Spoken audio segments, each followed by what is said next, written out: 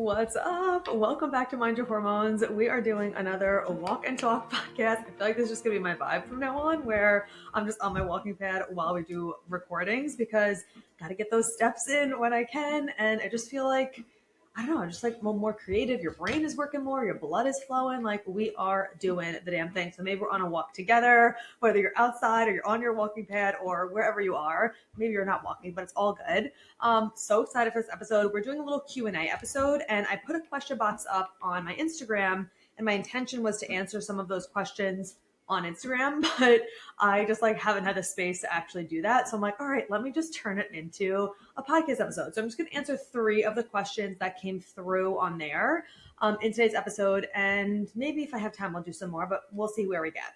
But before we get into this, I've been so bad about reminding myself to talk about this on the show, but if you have not yet left a review on the show and you are someone who loves listening, whether you just started or you've been listening for a really long time, I'm doing giveaways each month. So every month we're going to pick one person who has left a review and we're going to send you an Amazon gift card. So I think I have to check with my business manager if I did February's yet or March's, whatever. We'll catch up if we're behind. But if you leave a review, so for the month of March, if you leave the review anytime in the month of March, I'm going to announce in April. I'm going to pick one person who left a review in March, and you're going to be entered to win a free gift card. We're just going to send you a gift card, an Amazon one. Who doesn't want an Amazon gift card? And it's just really a good way for, number one, I love to hear from you. I love to see what you really like about the show, whether you DM me or whatever. I love that as well. But the reviews specifically will help the podcast algorithm or whatever send this show to other people who are like, oh, you're interested in the show, you're interested in hormones, listen to Mind Your Hormones podcast. So it really just helps get the word out. So it's a really great way to give back to me for listening to the show if you love it. So I would really, really appreciate it. It could be literally one sentence. It could be super short, and you could be entered to win an Amazon gift card. So thank you already in advance for doing that and just for being here and listening in general. So I love you so much. You already know that. Okay. Let's get into today's show. So the first question we're going to talk about is and Susie asked this, what are some things that non-toxic wise you can't trade out? Do you get your nails done? So I love this question so much because obviously, I'm I don't like to say crunchy, but I'm I'm a holistic nutritionist. I do things as naturally as possible. I had an unmedicated birth, all the things, right? But there are certain things that, of course, I do. Getting my nails done is not something I do often. I currently have them done right now.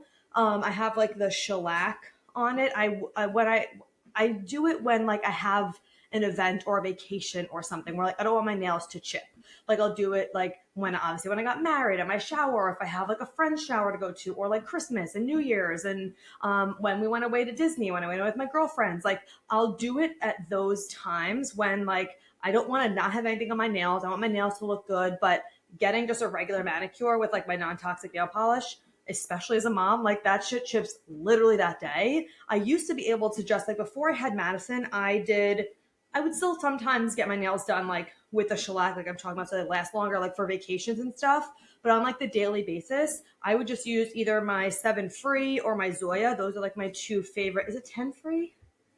Is it 10 Free or 7 Free? The name of the nail polish. You'll put it in, it'll come up, but you can get it right on Amazon. Those are my 2 favorites. I like the Zoya and I like the 10 Free or 7 Free. I forget what the hell the name of it is, but it'll come up.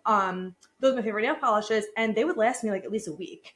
And I was still doing dishes and stuff. I'll use gloves, but now with being a mom, with giving her a bath, washing her hands 100 times, cleaning her up after every meal, my hands are constantly getting wet with the wipes, cleaning her diaper. I'm just constantly washing my hands. So literally they would chip that day. So just no point. So usually I'll just have nothing on my nails. I won't even bother doing just a regular manicure anymore.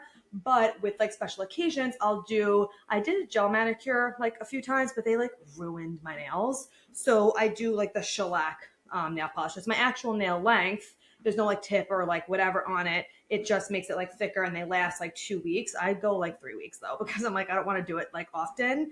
So what I'm probably going to do for summer is get it done every once in a while, because over the winter and stuff, I don't care if I have nothing on my nails, it's fine. But now having them done, I'm oh, I do like having them done, but again, I don't want to always have that like toxic stuff on my nails. So I'll like do breaks and stuff and then probably do it once in a while over the summer. But then most of the time, like in the fall, winter and stuff like that, I don't have anything on my nails unless there's like an event or something. So that's like how I handle my nails. As far as like pedicures and stuff, I just bring my own nail polish. So there is a place that I go to nearby that has like the Zoya nail polish there. So I don't have to bring my own because I have that brand there, which is great. But if I go somewhere else and they don't have that, I just bring like my non-toxic nail polish with me and have them use that. Now, like, is the lotion they're using organic? Probably not. Like, definitely not. Sometimes, like, I have brought like my own hand lotion before and just been like, hey, can you just like use this when like getting my nails done?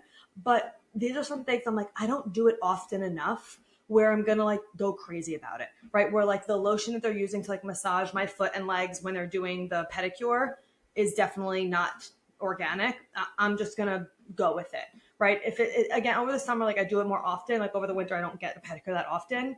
Over the summer, I do more often. I'm like, maybe sometimes I'll bring it, but there's just certain things that I'm like, it's not all or nothing. It's 80-20. And I'm not going to freak out about them using a toxic lotion on my legs like once a month or something. You know what I mean? Even twice a month. So those are things that, but I will bring my own nail polish, especially for a pedicure. Like I will not have them use just like their regular nail polish.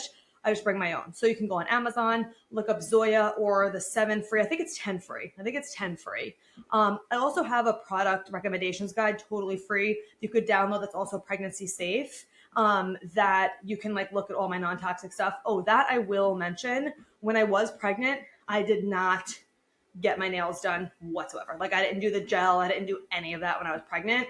For like my shower, my baby shower and stuff, I just got a regular manicure like that day before. Again, like I said, I didn't have Madison yet. So like my nails weren't like chipping and stuff all the time. So I did not do any of that while pregnant. And I did, when I go to acupuncture, we do massage. And I did make sure while I was pregnant that the lotion that he was using was like organic, didn't have parabens, like none of that stuff in it. And when I was unsure, because he had to like look it up, I just like brought my own to have him use that. So when I was pregnant, I was definitely more like particular and strict about things. And if and when I get pregnant again in the future, not right now, like I'm not planning for that in this moment, but I will be strict about that again. So just certain things like I will do and I won't do, especially when pregnant. Now when I was trying to conceive, like, before we got pregnant like 3 months after our wedding, like I had my nails done for my wedding. Like I wasn't as crazy about it then. But again, like most of the time I really didn't do it. So that's like how I feel on the nail thing. But other things I do that like I won't trade out is getting my hair done. So like I get my hair highlighted, I get like the glaze, I do the whole thing. It's definitely not organic. It's definitely not non-toxic. But I don't freak out about it. I get it done like once every 8 to 10 weeks. But I bring my own shampoo. So I don't have them use their shampoo that they use there. I always bring my own with me and have them use my shampoo and conditioner. And again, you could look in that product recommendations guide for the shampoos I recommend. And I just bring that with me. So like, yeah, they're putting the bleach in my hair and the dye and all that crap, which obviously is not great for you, but I'm not going to freak out about it. Like I personally can't live in a world where I'm freaking out about every single little thing. And like, I'm not going to get my hair done. I'm not going to do these things. Like that's just not how I'm going to be. I'll be really particular about certain things, but not with that. Like, again, when I was pregnant though, I didn't get my hair done like that. I didn't do it definitely in the first trimester. I think it was maybe second or third trimester. I got some highlights, but I had her like not touch my scalp whatsoever. We didn't do a glaze, nothing like that. It was just like on the hair. And I wore a mask when I was in there because I didn't want to like breathe in the fumes. So I did that when I was pregnant. And I only got it done, I think, one time. And again, brought my own shampoo and conditioner. So like, those are like little things you could do. Bring your own nail polish, bring your own shampoo and conditioner. And like, they know now. They're like, oh, and like before I take it, like, oh, you have your shampoo? I'm like, oh, here it is. Like been going to the same place for so long. They know about it. They're cool with it. And I was like, oh, this smells good. This is nice. What is it? Like, it's not weird. And if they make it weird, whatever, just who cares? Like move on. And eventually they'll just get over it. But that's what I always do for things like that. Other things like I'll go out to dinner and I'm not freaking out about seed oils and that everything isn't organic. Like I've lived in that space before where I was like afraid to go out to eat. I didn't like going out to restaurants. I was like, oh my God, it's not organic. I'm going to die. Like it was like orthorexic is like the term of like, you're like literally afraid of food and you like it's a really bad place to be in. And I was in that place before especially when I was in my holistic nutrition schooling, because that's when I was learning about everything. And I know so many of you can connect with that, maybe you specifically. And it's just not a healthy place to be in, because like your stress around it is actually more negatively damaging you than just having the food that's not organic once a week, right? Like we'll go out to eat probably once a week or order in once a week and the food is not organic, right? Like there's seed oils, I'm sure of it. And it's fine. I'm not freaking out. I'm not having it every single night. I'm not eating out every single day. Like I won't do that, but once a week or twice a week, yeah, I will. What I will do though when going out to eat is that I will most of the time prioritize not getting anything that's on the dirty dozen. So like tomatoes, grapes, strawberries, like things like that, I won't do. And for Madison, I don't give her anything. First of all, I just started allowing her to eat food at restaurants when we were traveling in Disney World. Before that, I always brought her food to the restaurants. I still, when we're home, I'll still bring her food to the restaurant, but now she like wants to pick with what I'm eating. But I won't let her have anything that's on the dirty dozen whatsoever, because that has the most amount of pesticides and herbicides and all that on there. And I'm just like, that's a hard no for her. For me, again, I do my best to avoid it, but sometimes I'm like, oh, but I want like a gluten-free pizza with vegan cheese on it and it has tomato sauce and tomatoes on the dirty dozen. It's all good. Like I just got that the other night. And I literally don't even think twice about it, because the large majority of the time, it's all organic. Like there's no seed oils. Like I'm cooking at home. So when you go out to eat once or twice a week, it's okay. Your body is able to handle that when the majority of the time what you're doing is organic foods and you're supporting yourself, right? Like our body's able to handle things like that. It's not like you're going to ruin your cycle or your fertility or whatever when you eat out once or twice a week and there's a couple seed oils in there. Like I just can't get behind the fear of all of that when it's happening so minimally in your life. Again, it's not something I would recommend doing all the time, but if you're going out to eat a couple times a week, I wouldn't freak out about it. So that's like some of the things that like I won't trade out. Also, like I buy the already washed and pre-mixed organic mixed greens and it's in plastic. It's in a plastic container. The blueberries are in a plastic container. Like we can't avoid certain things. But what I do also do when I go out to eat is I bring like my own water in my water bottle. Like I will not drink that tap water. Like that's a hard line I won't do.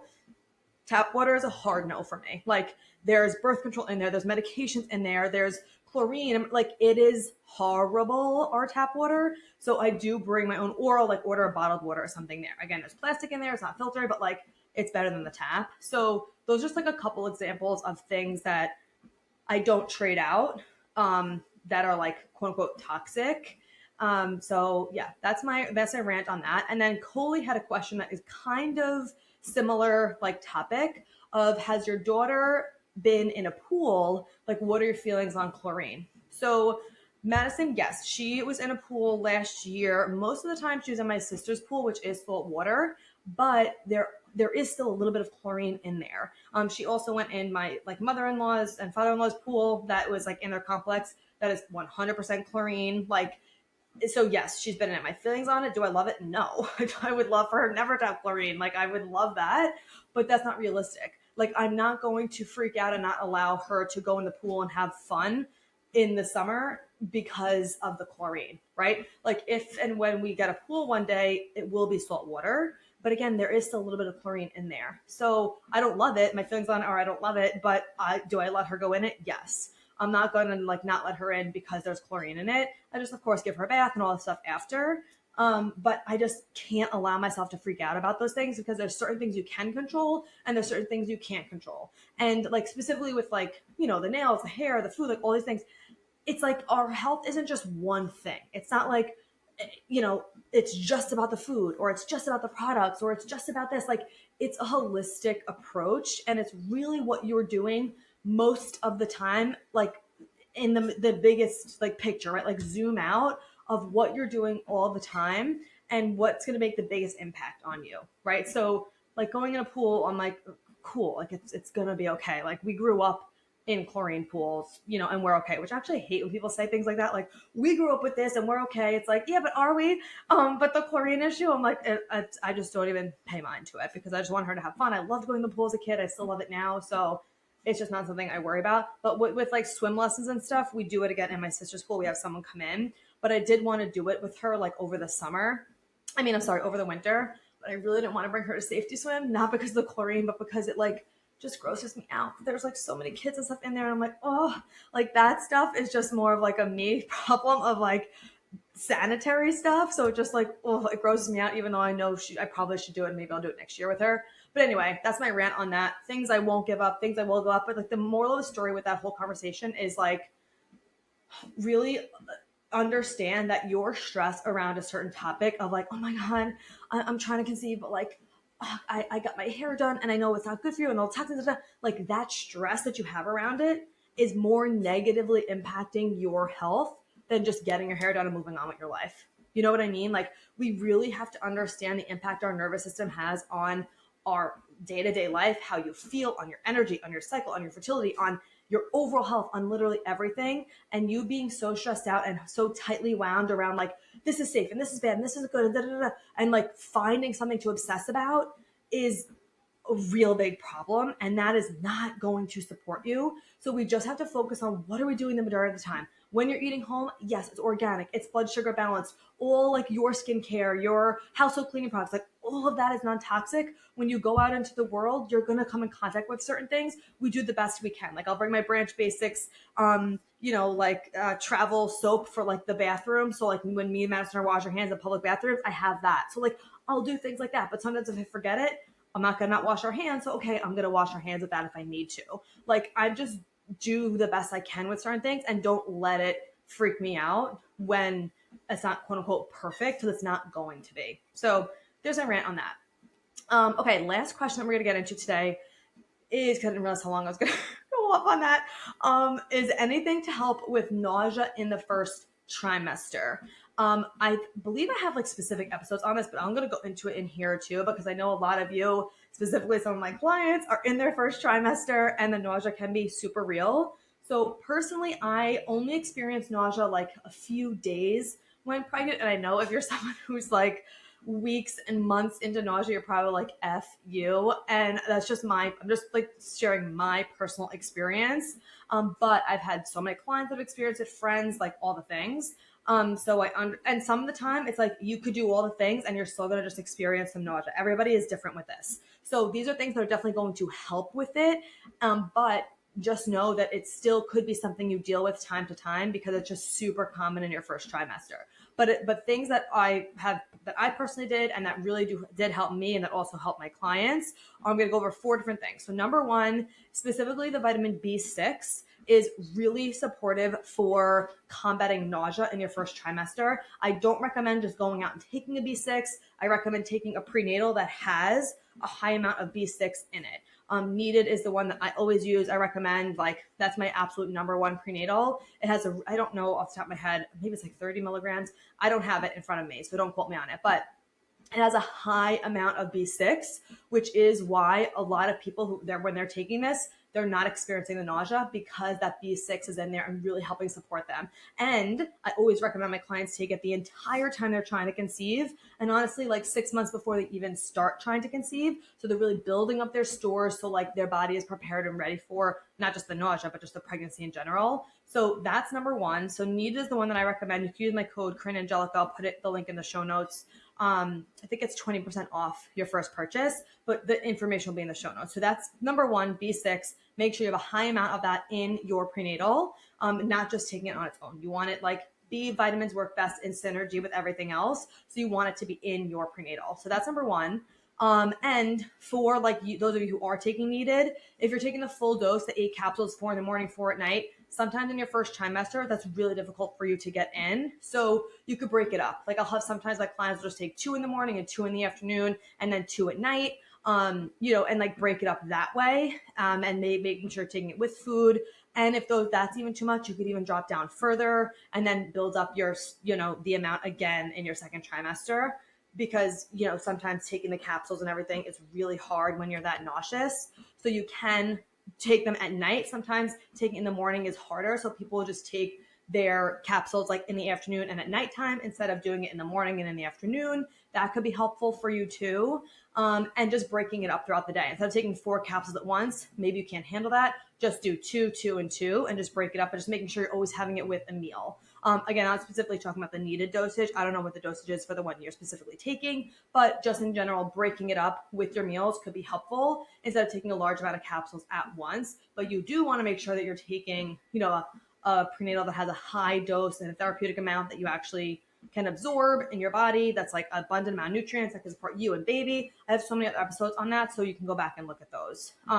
The second thing is having blood sugar stable meal. So I'll link below the free training I have on how to create hormone and blood sugar balanced meals with protein, fiber, and healthy fat. That is so important, not only for combating nausea, but for reducing your chance of gestational diabetes, especially if you have PCOS. This is so important. You really have to make sure you're pairing your meals properly. This is going to keep you more full. This is going to keep your blood sugar stable. This is going to combat the nausea. This is really going to reduce your chance of gestational diabetes. So check out that free training I have. It's a training I pulled straight from the Mind Your Hormones method so that you learn exactly how to pair things together. I do examples of meals, like all the things. So that is extremely important. However, what I would say is it's going to be sometimes a little bit more difficult for you to do this if you're experiencing nausea. So like it could be something as basic as like, instead, like if you're like craving pasta, it's like, okay, if you're just like, you're like, I can't do vegetables right now. It's like, okay, you have like your chickpea pasta. Let's just put some coconut oil on it at least to get that healthy fat in there.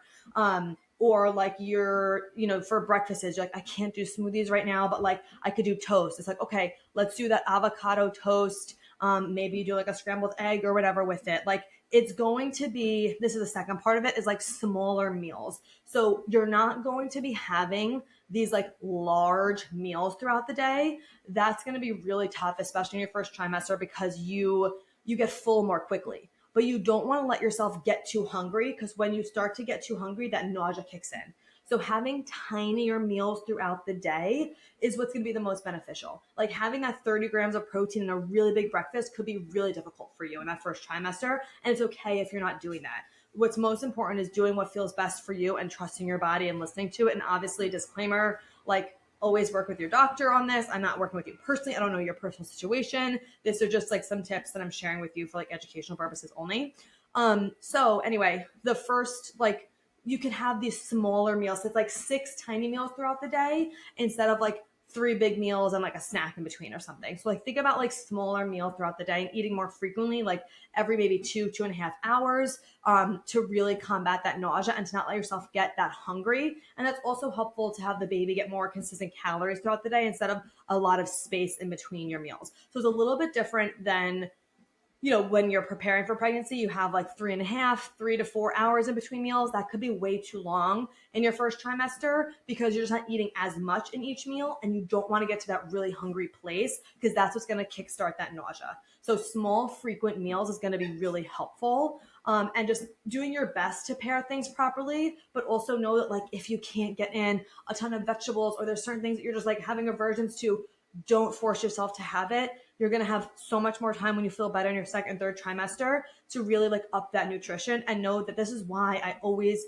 have my clients prepare and have their prenatals for months and months before they even start trying, because in the first trimester, the baby's getting the majority of their nutrients from the nutrient stores. So most of the time, like that's where they're getting their nutrients. So like, don't freak out if you're like, oh my God, I'm like throwing up or I'm not eating enough, like like trust your body. It's going to be okay. And just do the best that you can. There was something else I wanted to say with that, with like not getting as much vegetables in. Oh, fruit. So like a lot of times fruit is like, oh, it just feels so good at the first trimester and your whole pregnancy. Like whatever fruit you're craving, what I would recommend is still making sure that you have some type of healthy fat with it. Even if you just put hemp seeds on it or coconut flakes, or like a coconut yogurt. Again, if you're like having aversions to that, just do like something else like a nut butter. But just do make sure, even just like a handful of nuts with it, just make sure you are prioritizing, if you can, some type of healthy fat with the fruit that you're having. But like eat your fruit. It was so good during pregnancy. It like I don't know why, but it's just like tastes so much better when you're pregnant, and it's something that most pregnant women crave. So like lean into that, but just make sure you do put a little bit of a healthy fat with it. And then the fourth thing is just don't let yourself get that hungry. So the four things are B6, but I would recommend having that within your prenatal. I should have made this 2 episodes, but here we are. Blood sugar stable meals. I'll put that free training in the show notes. And then small frequent meals instead of like big ones all together. And then just don't let yourself get too hungry. Like that's why you're gonna have those small frequent meals. So those are things that should help you with some nausea in the first trimester. Hang in there. Oh, also ginger tea. Like having ginger tea in general is really helpful. And then like worst comes to worst, they also have, I think they have like ginger like lollipops or whatever that could help. Everyone has a different level of it. You know, like, again, I'm not working with you personally one-on-one, so like I don't know your specific situation, but these are just some ideas that can help support you during this time. But I'm so excited for you, and just know that it will get better. Take it one day at a time. Lots of water with your electrolytes in it. Hydrating is really important to help combat nausea. So I would recommend doing the Minerals and Chill. I love that electrolyte powder. I also did LMNT during pregnancy as well. Obviously, always check with your doctor before taking anything like this, especially during pregnancy. But the Minerals and Chill from Healthily is my absolute favorite ingredient wise. So I'll put the links for that and any discount codes I have in the show notes for you. But I love you so much. Oh, Needed also has a hydration electrolyte as well. So we'll put all that in the show notes for you. But I hope you guys like this episode. I love you so much. Thank you as always for being here. Just a reminder to write a review if you haven't yet, and you could be entered to get an Amazon gift card. And I appreciate you sharing this with anybody who you think could help. And I will talk to you on the next episode. Thank you so much for being here. If you loved this episode and learned something valuable, please share it with a friend who you think would also love it, or post it on social media and tag me so I could personally say thank you for helping me spread this important message. I am beyond grateful to be here with you. So until next time, stay intentional, stay consistent, and always mind your hormones.